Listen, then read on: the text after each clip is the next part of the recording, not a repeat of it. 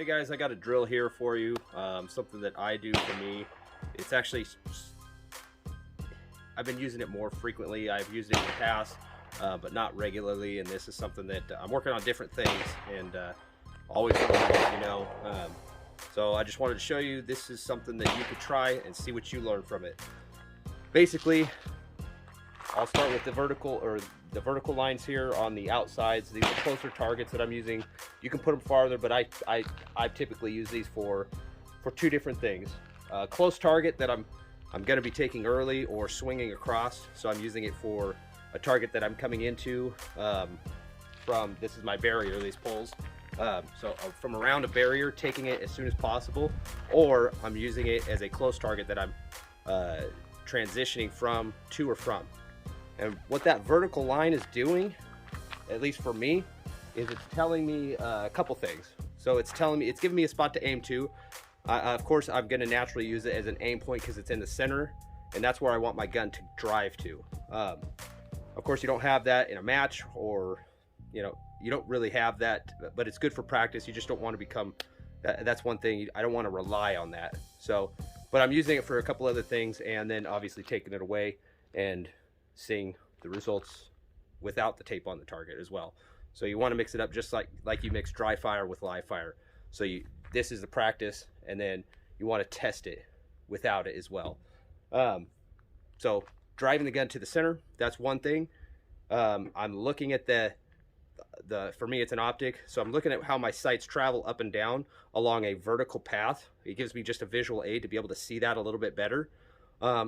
So it's making me concentrate on that second shot instead of driving, breaking the barrier, seeing the first shot and then throwing the second and maybe coming off it too soon or going past it too far.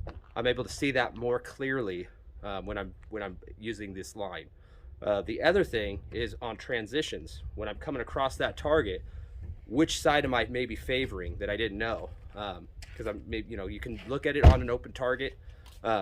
But this line is going to give you a clear representation. You're going to recognize, hey, I'm typically ending up on the left side of this line, or the right side, whatever it is. And then you can kind of discover the reason and learn from it.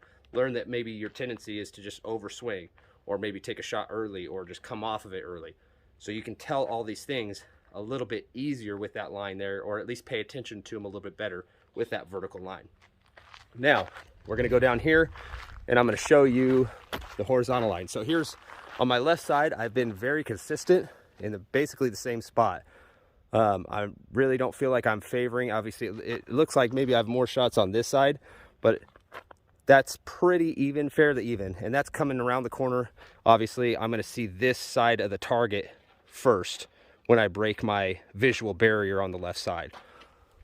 So down here is a vertical line that tells a different story. So my goal here, let me set this up. So my goal here on the vertical line is a little bit different. I'm not so much watching my sights. I'm still tracking them up and down, but down here, as bad as this looks, it's every bit of 25 yards where I'm shooting. It's a 25-yard target. I'm not treating it, I'm trying to actually aim at this line. I'm trying to hit the black line, okay? I've thrown some shots, as you see, and that's another thing I'm noticing. I'm on the left side of that. So maybe I'm taking that, and what I've noticed is my first shot typically is my sights are coming across. I'm taking a shot and then taking a second shot here. So this is telling me a different story, but my main goal on this horizontal line is I'm gonna try to aim and hit this line. And what I'm trying to do is a little bit different on a long target. This is why I have it down so far on a harder target, is I want my sights to settle back on the spot I took the first shot. I want my first shot to be on that line. I'm going to see my sights lift, but it's also going to settle right on that spot. And what this is good for, what I'm using this for, is to tell whether I'm dipping or whether I'm taking a shot here and moving up the target on my second shot before it has a chance to come back down. Basically, it's helping me focus, just like that vertical line is. It's helping me focus on that center, on bringing that dot, bringing your sights back to the spot that you want it. Because a lot of times we see in USPSA, you have a no-shoot on that bottom half. So you're going to put it right above that, right? Well, I'm not treating it like that. I'm treating it like I'm trying to hit the line. but it still gives you the same basic fundamentals, the same concepts to be able to shoot accurately when you do have a no shoot, separating this target on the top or bottom, or basically horizontally separation, anything like that. So, sure, I'm ripping somebody off. I don't mean to. This is just what I've discovered that works for me. Just a simple piece of tape, and you can do this yourself. So it's real simple. As you see, it's like I'm a mix. I'm a little bit on the higher side, and I'm definitely cheating the left side. So something to look at, something to try out, and let me know what you think. And I'll instead of showing you all the targets, I'll just shoot it a couple times and you'll see what I mean. All right, so I'm going to focus on just moving to my right, taking this close target with the vertical line, transitioning to the far target, the 25-yard target with the horizontal line, and then I'm going to take one plate on the plate rack, and I'm just going to simplify it, break it down. I do this in a lot of my drills. I break them down into halves or one specific thing I'm working on. So here, it's kind of 2 to 3 things all at once, incorporating a close target, making sure that I find the center, put 2 good shots in the center so I'm not, you know, hosing across it and maybe getting a Charlie or pulling a Delta or taking shots too early and doing the same thing. So ensuring that I drive the gun to the center with this vertical line, put 2 good shots, transition hard fast to the 25-yard target, settle along that horizontal line, take good quality shots, let the gun return for the second shot back on that line so I know I've got 2 good shots down there, and then immediately transition to the plate rack just to take one off the plate, just to give myself something to drive that gun to. So, and I'll do this coming in, and I'll also start to where I'm going to do it in reverse, draw to a plate, to the plate rack, and work my way back to the close target, backing out. So working a couple different angles, trying to instill those fundamentals on what I'm trying to accomplish here, but I'm also working it both ways, and it's important you do that so you don't get good at one skill, but then you completely forget, you know, the other. Like coming in is good, but you can't back out. So we want to train as much as we can and utilize our time wisely. At least I do. I have to really come in focused on these practices in order to achieve what I'm trying to get to basically be competitive. In this day and age, everybody's so good. So you've really got to focus on stuff like this. Give yourself the best opportunity to at least hang with those guys, right? So anyways, try it. I'll show you, and then you tell me what you think. If you come up with something better, let me know. All right, let's do it.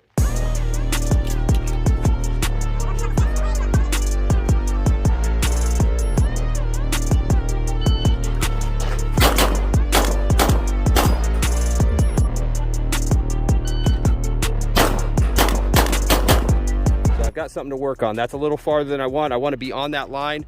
I've been fairly consistent running this a few times and trying to learn what I can without the pressure of you know, the video, but it's it adds that other level. If you're not videoing yourself, even if you're don't have a YouTube channel like I do or anything like that, if you practice with a camera or with a video on you, it really helps your mental preparation, and it adds that extra level of difficulty of this. You have to perform under pressure, so it's always a good thing. You don't have to post it, but just pretend you are, so it adds that pressure or something or whatever. But any way you can add pressure is going to be good, because then you're going to raise your adrenaline, and then you're going to have to fight through that and perform with that in your system. Work through that. You know what I mean? It's a huge thing to try to work through those pressures, and if you can do it, then that's just only going to help you in competition and in real life if something were to happen and you needed to use your tool to take care of the issue. anyways, I'll do a few more of these without talking, and you can see what I'm doing.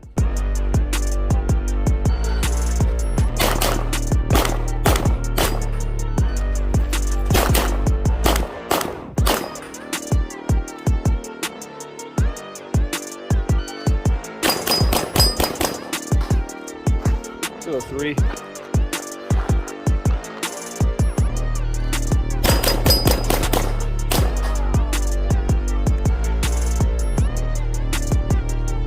Shoot.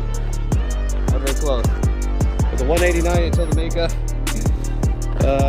248 total time. I'm gonna do it one more time. I can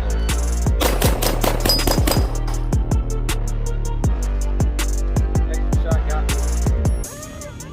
Extra shot. We did 206. 206. I'm gonna get this. My last chance. My last chance to run this under 2 seconds. Make sure I'm recording. All right, recording. Last chance. Oh, man.